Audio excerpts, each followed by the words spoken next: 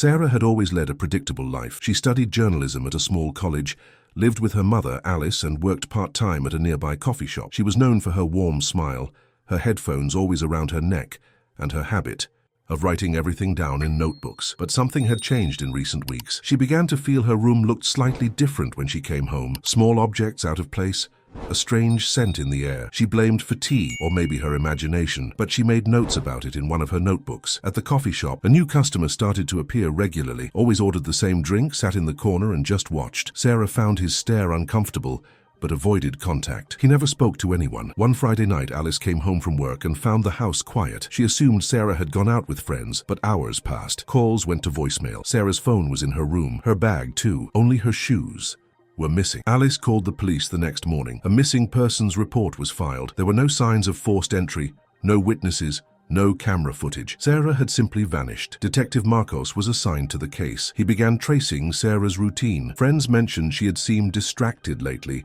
always glancing over her shoulder. Her best friend said Sarah had confided that someone was following her but had no proof. When Alice searched her daughter's room, she found notebook pages with entries like "noise in the hallway" and "door was locked. Now it's open." Small things no one had taken seriously. Now they looked like warnings. At the bottom of a drawer there was a cutout photo of Sarah. On the back a handwritten message read, "She has her eyes." It was the beginning of a nightmare, and no one yet knew what Sarah was living through. Sarah woke up in a dark room. The air was damp and heavy. She had no idea how long it had been since she was taken. Her last memories were fuzzy. A white van, a cloth over her face, then nothing. The room had no windows. Just a metal bed with thin sheets and a chair in the corner. The door was locked. She called for help, screamed, but no one came. Hours later, the handle turned. A man entered.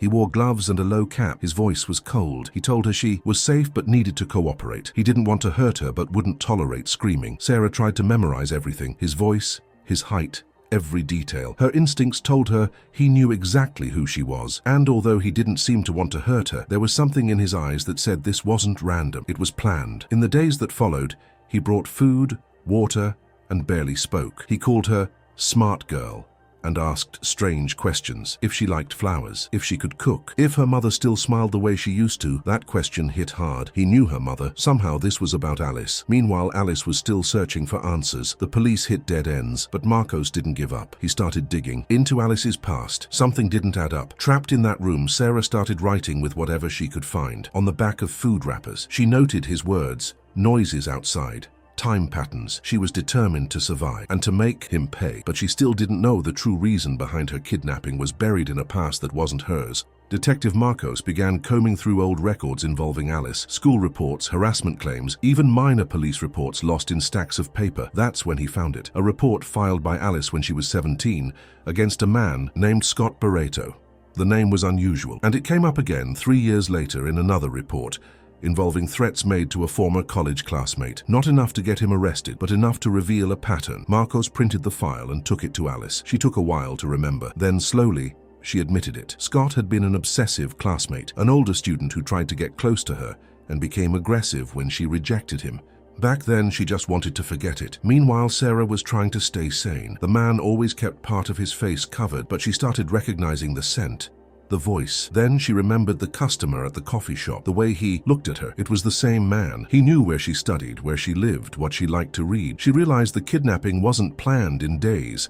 It had taken months, maybe years. He had studied her life. One night, she heard a strange noise outside the room. Sarah pushed the door. It was locked, but not tightly. She forced it with her shoulder and heard something fall. Before she could react, the man appeared. He shouted, dragged her back to the bed, and for the first time, she saw his full face. It was Scott, and he whispered before leaving the room, "She forgot me, but you will remember." In that moment, Sarah understood everything. It wasn't about her, it was about her mother. The next morning, Marcos returned to the station carrying a heavy truth. Scott's name now made too much sense. He pulled up the man's latest address and saw that he had moved recently, just 6 kilometers from Alice's house. Meanwhile, Sarah woke up with aches in her shoulders and legs. The struggle the night before had left bruises, but the worst part was the fear, that constant feeling of being watched, controlled, tested. Scott rarely spoke, but when he did, His words felt rehearsed, like he had been waiting for this moment for years. That afternoon, he entered the room carrying a cardboard box. He said it contained things he had collected over the months. Sarah's things. A pen from work, a bracelet she thought she'd lost, an old photo of her and Alice at a park. Her stomach turned. He had invaded her life, broken into her house, stolen pieces of her existence without anyone noticing. This was personal, disturbingly intimate. She ruined everything, he said, staring at the wall. She said she'd call. She never did, so I waited. And then you were born. Sarah realized that to him, this was some sort of ritual. Kidnapping her was his way of making Alice pay for rejecting him years ago. There was no logic, just unhealed pain turned into obsession. At the station, Marcos acted fast. He requested a warrant to search Scott's home, citing imminent danger to the missing girl. While the paperwork moved forward,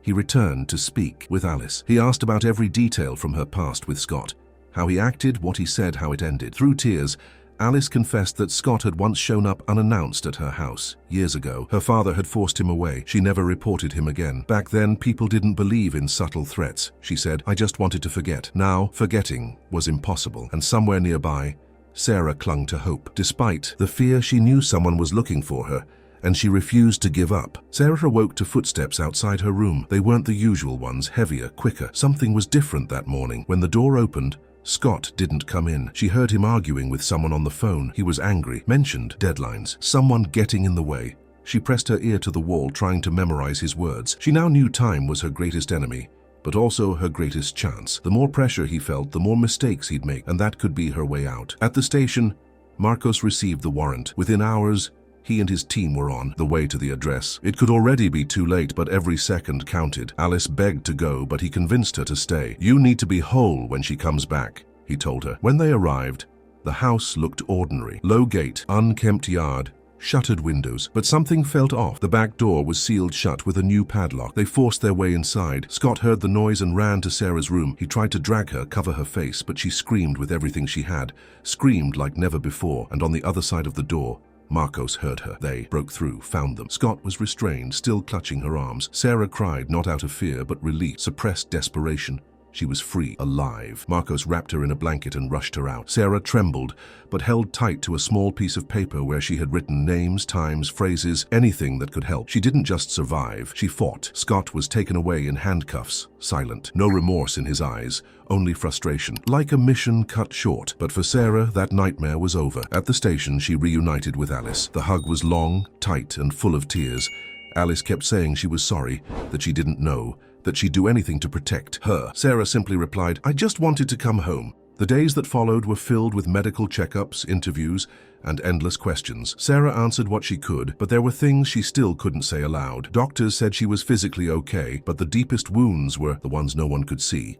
Alice never left her side. She cooked food Sarah barely touched, held her hand during restless nights, and read old stories just to ease the silence. But Sarah had changed. She was quieter, more alert. Marcos visited a few times with updates.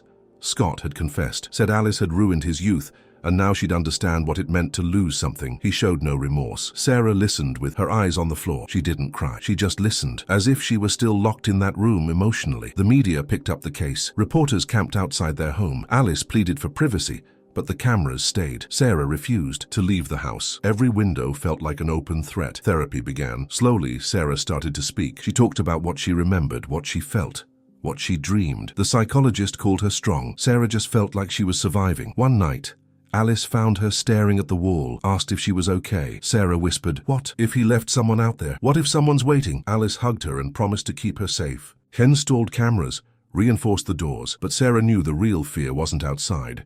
It was within her. Marcos stayed involved. He told Alice the trial would happen soon. With all the evidence, he expected a conviction, but even justice on paper couldn't heal what had been broken. Sarah wanted to believe it was over, but deep down she feared something like this could happen again. Scott's trial began under intense media scrutiny. Images of Sarah entering the courtroom with her head down, accompanied by her mother, made national headlines. She didn't want to be a symbol. She just wanted it to be over. In court, Scott remained calm, showed no remorse. He claimed he was driven by pain from the past, that his actions came from heartbreak. His defense tried to portray him as a man broken by rejection, but nothing could justify what he had done.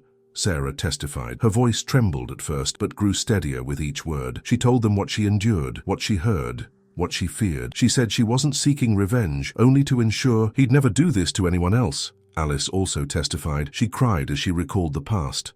When she was just a girl, and Scott's behavior had already become disturbing. She admitted she felt guilty for not reporting him again back then. "I just wanted to forget," she said. Marcos presented compelling evidence: Sarah's notes, security footage, the stolen personal items. It was clear this had been carefully planned. The trial lasted days. Each session left Sarah emotionally drained, but she didn't quit. It was her way of reclaiming her voice, of finding peace, even if just a little. When the verdict was read, the courtroom fell silent. Scott was found guilty of kidnapping, unlawful imprisonment, and aggravated stalking. The sentence, 25 years in prison, no parole. Sarah didn't smile, she didn't cry, she just breathed. A deep, steady breath, as if she were finally letting go of something she'd held inside for too long. Outside, reporters swarmed. Alice shielded her daughter as best she could. Marcos gave her a quiet nod of respect from across the crowd. That night, for the first time in months, Sarah slept with the window open. The months that followed were quiet, but full of meaning. Sarah chose not to return to college right away. She needed time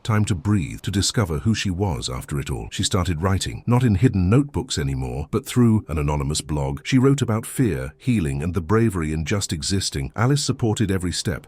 Sometimes she wanted to do more, to say more, but she realized that quiet love was what Sarah needed most. No pressure, just presence. Marcos checked in now and then. He brought updates about the case, but sometimes just dropped by for a quiet coffee. He had become an unexpected bridge between trauma and recovery. Sarah still had setbacks, nightmares, panic at sudden noises, but she began walking to the bakery again. She visited the city library. Every small act was a silent victory. Her blog gained attention.